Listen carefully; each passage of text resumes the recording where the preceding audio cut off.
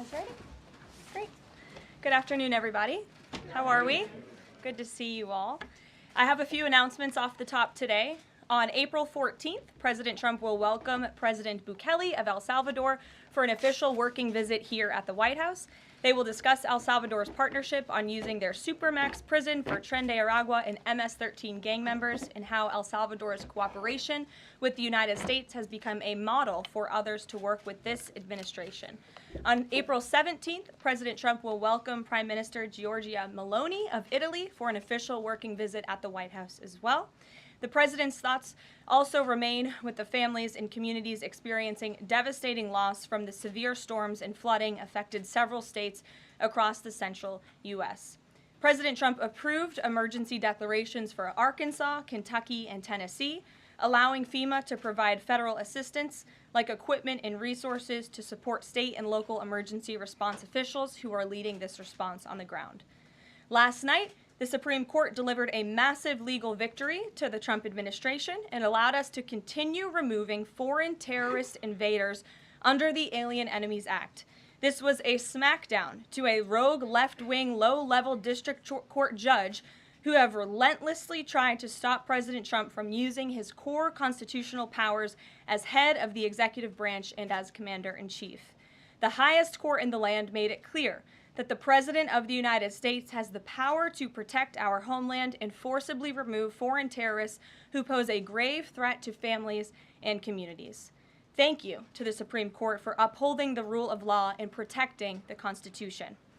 Our message to the monster Tren de Aragua and MS-13 terrorists still hiding illegally inside our country is clear.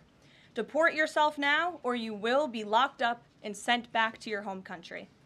On another matter, the historic Liberation Day announcement last week by President Trump made it very clear that the era of American economic surrender is over. President Trump is no longer going to allow American workers and companies to be ripped off at the hands of foolish trade practices that shipped away millions of high-paying jobs and hollowed out communities across the country. It's America first, all the way. And despite fear-mongering by the media, the world is clearly responding to President Trump's approach. Just yesterday, President Trump held a bilateral meeting with Israeli Prime Minister Benjamin Netanyahu here at the White House. The Prime Minister pledged to immediately eliminate America's trade deficit with Israel and remove their trade barriers. Israel's proactive approach should serve as a model for the rest of the world. Also yesterday, the President spoke with Japan's Prime Minister, who wants to negotiate as well. The President also spoke to the acting President of South Korea this morning. He has tasked Secretary Bessent and U.S. Trade Representative Jameson Greer to lead these talks. In total, since the Liberation Day announcement, nearly 70 countries have already reached out to the President to begin a negotiation. Countries are falling over themselves to reform their unfair trade practices and free open their markets to our country. Why? Because these countries greatly respect President Trump in the sheer power of the American market.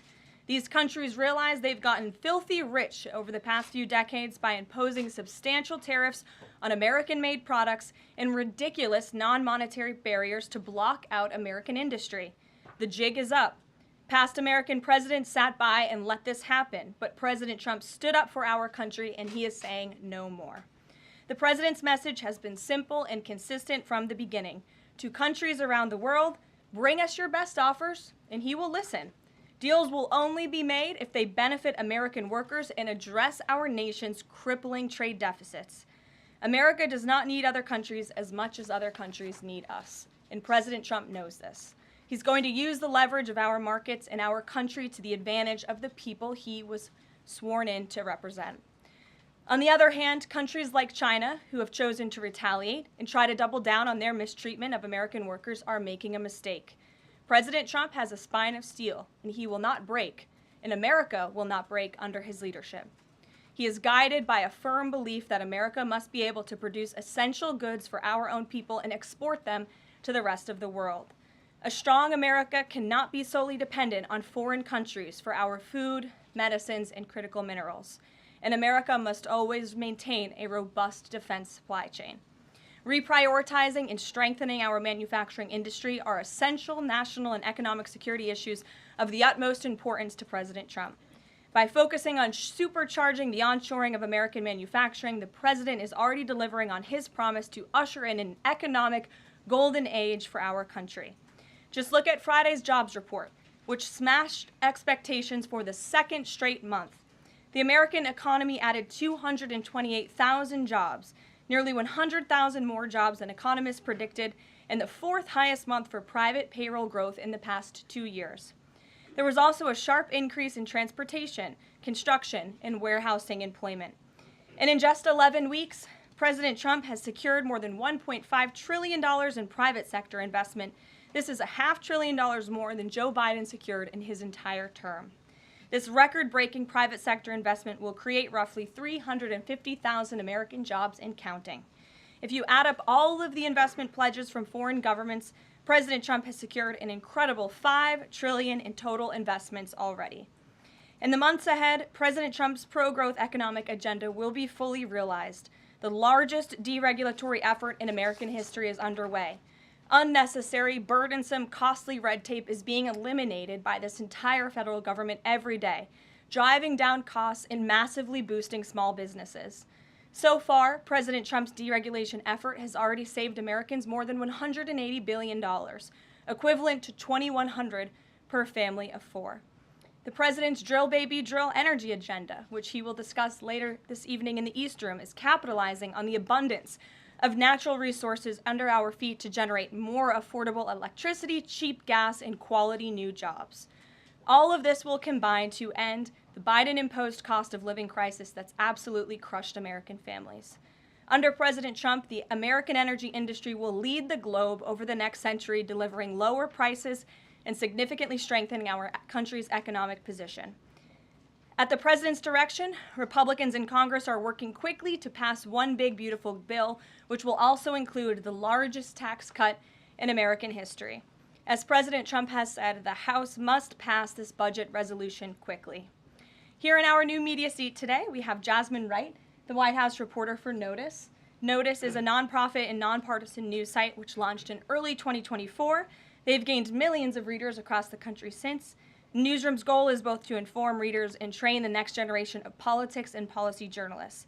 They also partner with state newsrooms to give local communities more knowledge of what their representatives are doing in Washington, D.C. With that, please kick us off, Jasmine. Thanks so much, Karoline. A couple questions for you. The first one being, can you explain the White House's evolution from this is not a negotiation on tariffs to countries should pitch us and start negotiations on tariffs? Sure.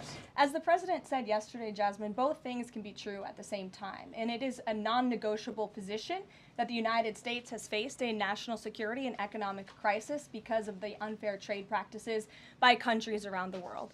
As for the president, I have maintained this position. The entire administration has always said that President Trump is willing to pick up the phone and talk. And the president met with his trade team this morning, and he directed them to have tailor-made trade deals with each and every country that calls up this administration to strike a deal. And listen, and each and every one of these trade deals should be tailored and unique based on that country's markets, based on that country's exports, the imports here in the United States of America. What makes the most sense for the American worker and for our industry? The president is focused on putting America first. So was the evolution not factored in or determined by kind of the tumult in the stock market? Was that not a part of the consideration to start making these negotiations and deals? Again, I would reject that there was an evolution. On day one, we had said that the president will always pick up the phone for other nations and other companies that call this administration. The president always has a listening ear, and it's a non-negotiable fact that America has faced a national security and economic crisis for many decades, and President Trump is just the first to address this. And then my last question, how will negotiations change how much revenue the White House is planning to make from the tariffs? Well, that has yet to be seen, but as the president said, the reciprocal tariffs, which will continue to go in effect as these deals are negotiated and ongoing, will generate trillions of dollars in revenue to the United States. And this is twofold. The president wants to onshore jobs here to the United States of America. He wants to boost our manufacturing industry. He also wants to tackle these crippling deficits with almost every single country around the world. Jackie. Thanks, Karoline. The Treasury Secretary, Scott Bessent, warned that some of these negotiations might take up to months, that we could be doing this through April, May, and into June. And then you had Kevin Hassett say it's going to take a lot for the president to put his signature on the line because he wants to make sure there's a good deal for America. Is the president operating on any sort of a timeline or deadline where he wants this completed by? Well, we always move at Trump speed here at the White House, which is incredibly fast. I know you all know that from covering this White House day to day. The president likes to get things done, but he's very much focused on ensuring that these deals are good for the American worker, they are good for American manufacturing, and again, that they tackle these crippling deficits with these countries. All options are on the table for each country, but again, these are going to be tailor-made deals. They are not going to be off-the-rack deals, as the president has called it, and he has directed his entire trade team to be part of this effort. So that includes Secretary Bessent and our National Economic Director, Kevin Hassett. It also includes Secretary Lutnick, Peter Navarro, the entire trade team, Jamison Greer, who was on the Hill today. Everybody who was involved in this incredible, fair, reciprocal trade agenda will continue to be involved in negotiating these deals. And then yesterday, Goldman Sachs put out a research note. It put the odds of a recession at 45% within the next 12 months, up from 35%. But Peter Navarro guaranteed last night no recession. Does the president agree with him on that? I know that the president in the past has been leery of making definitive statements on that. I can speak for the president, and I can speak for the optimism that he sees in our economy every day. Again, when you talk about the massive deregulatory efforts that are happening across the board, when you talk about how oil prices are down, gas prices are down, egg prices are down, we're cutting costs for the American worker, for the American consumer. We also see trillions of dollars of investments pouring into this country every day, and we're working hard now on the tariff side of the president's economic agenda. But don't forget, the next side of this is tax cuts, and we're counting on Capitol Hill to get those done, the largest tax cuts in history. Does that mean that without those tax cuts coming through, that the likelihood of a recession is greater? No, that's not what I said. I'm just saying be mindful of the whole of government economic approach that this administration is taking every day. Sure. Go ahead. Thank you, Caroline. You just said that one of the reasons these tariffs are going into effect is that some countries have been ripping off the United States, but some of the tariffs target countries like Madagascar, Bangladesh, with very high levels of poverty. So can you explain how the president wants to correct the deficit with those countries? Is there a plan, for example, to onshore the textile industry that these countries are known because, and just like, can you be specific about those like low income? Sure. Well, first of all, the reciprocal tariff rates that were implemented by country were focused on the monetary tariff that those countries have imposed on the United States, but also the non-monetary tariff barriers and the regulations, if you will, that have been put into effect over the years, making it harder for America to export to these countries. These were very carefully crafted numbers. There was also a 10% baseline tariff across the board, as well, as you know. Moving forward, the president will talk to any country that picks up the phone to call, and I can tell you the phones have been ringing off the hook, wanting to talk to this administration, this president, and his trade team to try to strike a deal. And it's because the world knows that they need the United States of America. They need our markets. They need our consumer. The president has a lot of leverage on his side because he has the best economy and the best country in the world that he leads, and he knows that. And it's about dang time we finally have a president who uses that economic leverage to benefit American workers. And that's what the president is trying to do. Maggie. Caroline, thanks. Does the president endorse something that Howard Lutnick said on television this weekend, which was that the army of millions and millions of human beings screwing in little screws to make iPhones, that kind of thing is going to be moving to the U.S.? Is that how the president envisions manufacturing shifting? And if so, how long would that take, roughly? The president wants to increase manufacturing jobs here in the United States of America, but he's also looking at advanced technologies. He's also looking at AI and emerging fields that are growing around the world that the United States needs to be a leader in as well. So there's an array of diverse jobs, more traditional manufacturing jobs, as you discussed, but also jobs in advanced technologies. The president is looking at all of those. He wants them to come back home. But iPhones specifically, is that something that he thinks is the kind of technology that can move to the U.S.? Absolutely. He believes we have the labor, we have the workforce, we have the resources to do it. And as you know, Apple has invested $500 billion here in the United States. So if Apple didn't think the United States could do it, they probably wouldn't have put up that big chunk of change. Elena. Hi, Caroline. It's clear the president has gotten the world's attention with these tariffs. Is he considering at all potentially holding off on imposing some of them before the deadline, or maybe later reversing them because he's having these negotiations and having these good talks with other leaders? The president was asked and answered this yesterday. He said he's not considering an extension or a delay. I spoke to him before this briefing. That was not his mindset. He expects that these tariffs are going to go into effect. And you said something very important, Elena, in your question. You said the president has captivated the attention of the world. Absolutely, he has. And it's about time we have a president in the Oval Office who is putting the world on notice and is putting the American people first, and again, is using the leverage of the United States to negotiate good trade deals. Just a Deanna. quick follow-up. Sure. There's been some public sparring between Elon Musk and the president's trade advisor, Peter Navarro, on some of these tariffs. Musk actually referred to Navarro today as being, quote, dumber than a sack of bricks. Are you at all, or is the administration, the president, all concerned that this is maybe impacting the public's understanding of these tariffs? It might be messing with the message on it? No, look, these are obviously two individuals who have very different views on trade and on tariffs. Boys will be boys, and we will let their public sparring continue. And you guys should all be very grateful that we have the most transparent administration in history. And I think it also speaks to the president's willingness to hear from all sides, that he has people at the highest levels of this government in this White House who have very diverse opinions on very diverse issues, but the president takes all opinions in mind, and then he makes the best decision based on the best interests of the American public. Deanna. Thanks, Caroline. On Truth Social today, Trump was talking about one-stop shopping talks with foreign leaders, bringing leaders to the U.S., to Washington, and talking to them about tariffs, but also other topics.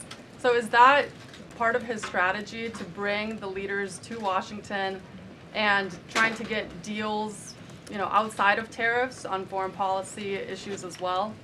I think the president, again, is going to have a custom, tailor-made approach to each and every country. And if that means discussions of foreign aid, of our military presence in these countries, how those troops are paid for, come to the table, that could be part of the negotiation in these economic negotiations. But it's the president's economic team who will be leading these. These are tariff and trade negotiations. And yes, they will be one-stop shopping for each and every country. They will be, as the president said again, tailor-made, not off the rack to each and every country based on America's needs. Can you Caroline, confirm? hi, how are you? Thank you so Good. much, Carol from Lindsay TV. So President Trump has designated Nicaragua as a foreign terrorist organization and deported its members while also moving to restrict Venezuela's oil exports.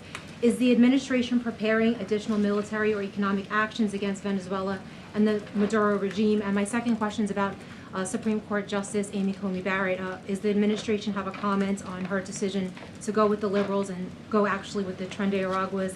This is the same justice that actually sided against January 6th hostages last year. So is the administration have a comment? Are they disappointed in Supreme Court Justice Amy Coney Barrett? To your first question, I don't have any actions to read out in terms of Venezuela. The president has imposed secondary tariffs on the Maduro regime and on Venezuela in the form of oil, which is obviously going to have a crippling effect on the Maduro regime, and that's the intended effect of this administration. As for the justice you mentioned, as for the Supreme Court, we've made our feelings very clear. We believe this was a massive victory.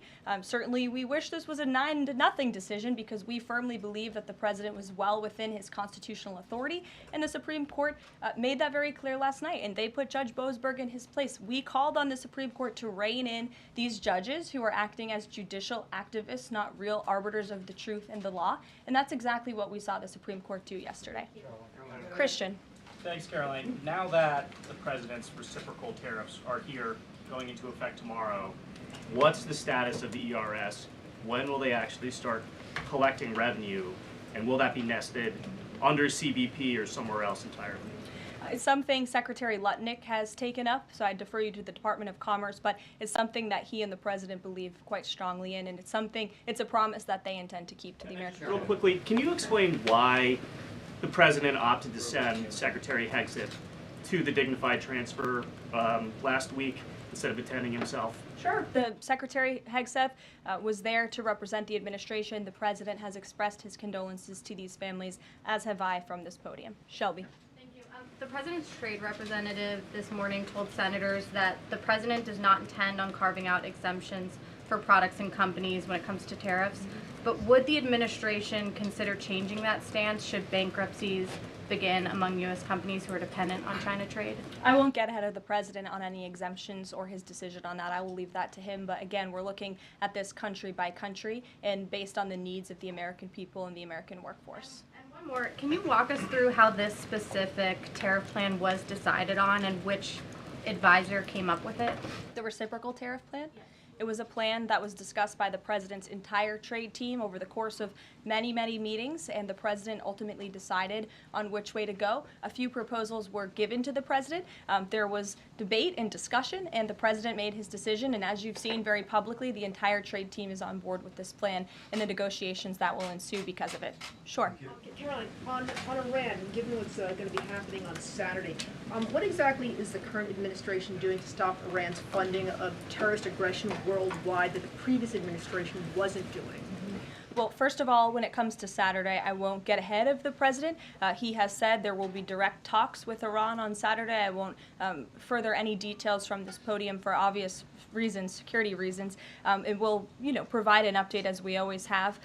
However, when it comes to Iran, the president has reimposed crippling sanctions on the Iranian regime, and he's made it very clear to Iran they have a choice to make. You can strike a deal with the president, you can negotiate, or there will be hell to pay. And as the president said yesterday, if they don't choose to move forward with diplomacy and a deal, which is the direction we do see them headed in, there will be grave consequences to pay. The back row. Thank Go you, ahead. Caroline. On the president's threat yesterday on social media to increase tariffs against China by an additional 50% in response to their retaliation, has he signed anything in terms of an executive order, any documentation around that? Will that additional 50% go into effect tomorrow? They will be going into effect at 12:01 a.m. tonight, so effectively tomorrow, yes. Work on that today? Of course, as always. To the gentleman in front of you, because that's who I originally called on. Go ahead. Over the weekend, President Trump said that he would be willing to have U.S. citizens deported to El Salvador with the cooperation of President Bukele. How would that work legally, and how many people would potentially be available for that operation? So the president has discussed this idea quite a few times publicly. He's also discussed it privately. You're referring to the president's idea for American citizens to potentially be deported. These would be heinous, violent criminals who have broken our nation's laws repeatedly, and these are violent, repeat offenders in American streets. The president has said if it's legal, right? If there is a legal pathway to do that, he's not sure. We are not sure if there is. It's an idea that he has simply floated and has discussed very publicly as in the effort of transparency. Reagan. Thank you, Caroline. There's been more reporting coming out now about President Biden's decline while in the White House. Is the White House considering releasing the audio of Biden's interview with Special Counsel Robert Hur to the public, which the former president had previously blocked? I don't have an update on that, but I can certainly check. I think the American people would be quite interested to hear that tape, but I'll double check on the release of it. Thank you. Michael.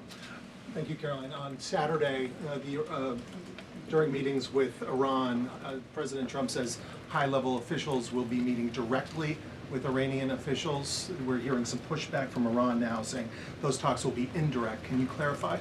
They will be direct talks on Saturday, and I won't get ahead of the president on any further details. Jennifer. Yeah, two things. On the Israel tariffs, can you give us an update on the discussion on relaxing those tariffs? And then I had another question about the Doge team after that. That discussion is ongoing. I don't have any definitive details to iron out for you here. And then the president on Thursday told us that there was an incredible discovery that the Doge team had made. He called it horrible and incredible.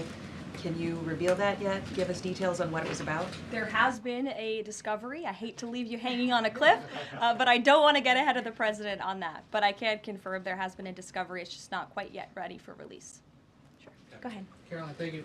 I was calling on the young lady behind you, but I'll come to you after, Ed. All right. Not discriminating here. The president is meeting today with House Republicans. Can you say who is in that meeting and his message to Republicans that are skeptical of the Senate-passed budget framework? Sure. The president will be meeting with Republican lawmakers today here at the White House to talk to them about the framework that the Senate passed. The president was very quick to put out a statement about his support for the reconciliation package that the Senate passed, and he is counting on House Republicans to pass it.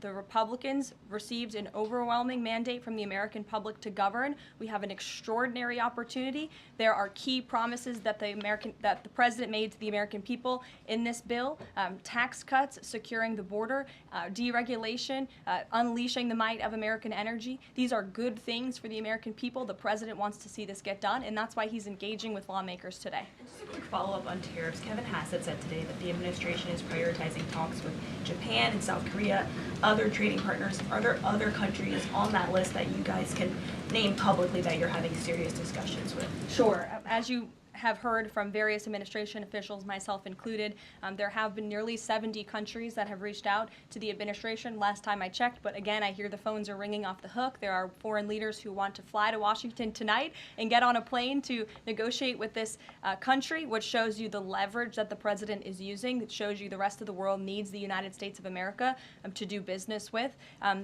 Israel, obviously, yesterday you heard a public statement from Prime Minister Netanyahu. The president has detailed his calls with the leaders of Japan, in South Korea. We are going to prioritize our allies and our partners around the world first when it comes to these negotiations, and the trade team will be divvying them up again to make tailor-made trade deals around the world. Ed, go ahead. As promised. Yes, thank you. You mentioned the 70 countries or so. I'm curious, though, under what conditions at this point would President Trump talk to President Xi about tariffs? Look, I just spoke to the president about this, and he believes that China wants to make a deal with the United States. He believes China has to make a deal with the United States. It was a mistake for China to retaliate. The president, when America is punched, he punches back harder. That's why there will be 104% tariffs going into effect on China tonight at midnight, but the president believes that Xi and China want to make a deal. They just don't know how to get that started. And the president also wanted me to tell all of you that if China reaches out to make a deal, he'll be incredibly gracious, but he's going to do what's best for the American people. So China has to call first? The Chinese want to make a deal. They just don't know how to do it, but the president will be implementing these 104% tariffs on China tonight. Under what conditions might he consider lowering tariffs on China at this point? It would be imprudent of me to tell you those conditions here from the podium. Sure, Gabe. Thanks, Caroline. With regards to the Supreme Court ruling on the Alien Enemies Act, you're right, it was a win for the administration, but the justices also said that deportees are entitled to due process. Does the administration agree with that? That's not quite true, Gabe. They said that they are entitled to a habeas petition, and we are going to continue to comply with the law, and we are wholly confident that every single person that has been deported under the Alien Enemies Act, every person that will continue to be deported under the Alien Enemies Act qualifies for that deportation. NBC News is reporting that the administration is considering drone strikes on drug cartels in Mexico. We're citing several officials. This morning, Mexico's president was asked about that, and she said that we reject any of those actions. Your response? I saw that reporting. I don't want to confirm it from this podium. I don't want to comment on it because I'm not sure, but I would defer you to the National Security Council. So you haven't confirmed the report, but with Mexico's president saying that she rejects any of that, what would your response be? How is the relationship then between Mexico's president and the White House right now over targeting drug cartels?